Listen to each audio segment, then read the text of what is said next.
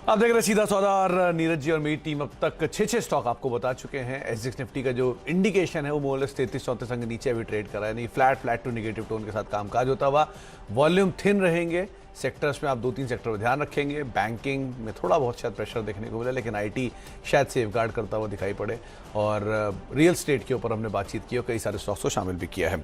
Okay, आगे बढ़ते हैं और 2 और स्टॉक जिनके ऊपर आपको नजर रखनी होगी। उसमें जो अगला नाम है वो है जीएम ब्रिवरीज का। पहले भी इसको मैं शामिल कर चुका हूँ और दोबारा मुझे लगता है कि यहाँ पे कुछ शायद मुँह आता दिखाई पड़े। 7 जनवरी को कंपनी ने नोटिफाई किया वीकेंड पे कि इनकी बोर्ड बैठक है नंबर्स को लेकर। ये अर्निंग का ट्रिगर सबसे पहले स्टॉक के साथ शुरू होता है और अब 7 जनवरी में बहुत ज़्यादा दिन है भी नहीं। जब अगले वीकेंड पे आना शुरू होंगे, अगले मंडे को जब पहुँचेंगे तो शायद उसी वीक में एंटर करते हुए दिखाई पड़ेंगे। अर्निंग का आगाज़ जीएम ब्रिवरी का वहीं से होता है और ईयर एंड डिवर डिमांड तो ऑब्वियसली बात है लगातार चली रही है, तो उसका भी एक इम्पैक्ट रहेगा। तो जीएम ब्रिवरीज के ऊपर आप नज़र रखें। इनफैक्ट एक बड़ी इंटरेस्टिंग चीज़ ये है कि कुछ दिन पहले हम बात कर रहे थे नीरज जी और मैं कि रेडिको खैतान एक बढ़िया वैल्यू बाय हो सकता है और बातचीत रह गई और उस दौरान वह रेडिको खैतान वापस अपने हाइस पर पहुंचता हुआ दिखाई पड़ा। तो रेडिको खैतान अगर अपने नए हाइस पर है, इसके अलावा ग्लोबल स्पिरिट्स में वापस तेज़ी आ रही है, वो भी अपने हाइस से बहुत दूर नहीं है, तो हो सकता है जीएम ब्रिवरी जो सबसे बड़े गैप में है अभी फिलहाल अपने ईयर हाई से, वो शायद वापस कैचअप करता हुआ दिखाई पड़े। 20% के आसपास ऑलरेडी करेक्ट हो चुका है, तो आप नज़र रखें इसके ऊपर। दूसरा नाम है फिलिप्स कार्बन का। ये शुक्रवार को भी तेज़ी में था। बढ़िया कंपनी है, अच्छे ग्रुप की कंपनी है और सबसे बड़ी चीज़ इसमें वैल्यू बहुत अच्छी दिख रही है। महज 9 के मल्टीपल पे स्टॉक कामकाज करता हुआ दिखाई पड़ रहा है। 20% ऑलरेडी वैल्यू इरोड कर चुका है हायर लेवल से। कारण ब्लैक स्पेस की कंपनी है, दिग्गज कंपनी और अच्छे ग्रुप की कंपनी है। मिड कैप स्पेस में काफ़ी बेहतर नाम माना जाता है और राजेश अग्रवाल साहब जो कोलकाता वाले हैं उसको काफ़ी क्लोजली ट्रैक भी करते हैं, कई बार तेज़ी के टारगेट्स भी दे चुके हैं। तो फंडामेंटली भी ठीक ठाक कंपनी है और अच्छे भाव पर भी अवेलेबल है, वैल्यूएशन भी ठीक ठाक है। उस लिहाज से भी आप इसके ऊपर नज़र रखेंगे। जीएम ब्रिवरी और फिलिप्स कार्बन 2 नाम मेरी तरफ से अभी। चलिए, अब इसके आगे कहानी 7वें में है अशोका बिल्डकॉन।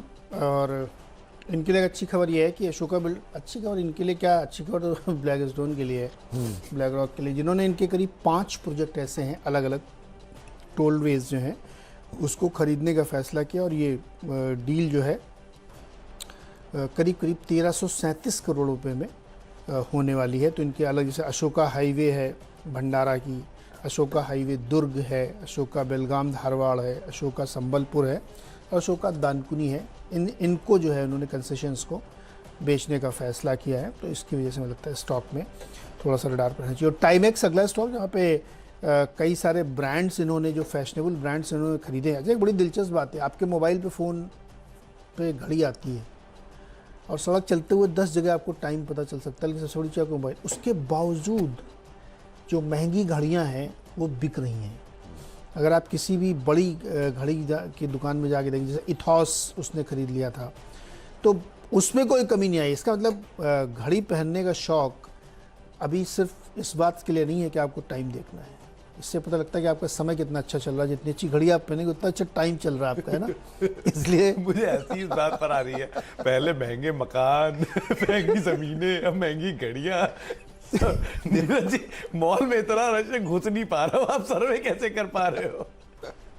खैर, तो ये अब महंगी घड़ियों के साथ साथ आप टाइमेक्स पे भी नजर रखें। वैसे एक अच्छी चीज़ है कि इन्होंने जो टाई अप किया है मैन्युफैक्चरिंग को लेकर, उसमें एडिडास जैसे नाम आ रहे हैं, जीसी जैसे नाम आ रहे हैं, जिनको लेकर इन्होंने टाई अप किया हुआ है। तो मल्टीनेशनल ब्रांड्स इंडिया में टाई अप है और वो अगर एक्सपैंड करते हैं तो आप टाइमेक्स पर नज़र बना के रख सकते हैं। हो सकता है यहाँ पर फर्दर तेज़ी बनते हुए दिखाई पड़े, तो उस लिहाज से भी स्टॉक के ऊपर आप फोकस करेंगे। बहरहाल 4 स्टॉक और हो चुके हैं जिन पर हमने बातचीत की है। एक और ब्रेक का वक्त है और ब्रेक के बाद लौटेंगे और कुछ और स्टॉक्स भी हैं जिनके ऊपर हम बातचीत करते हैं छोटे से ब्रेक के बाद।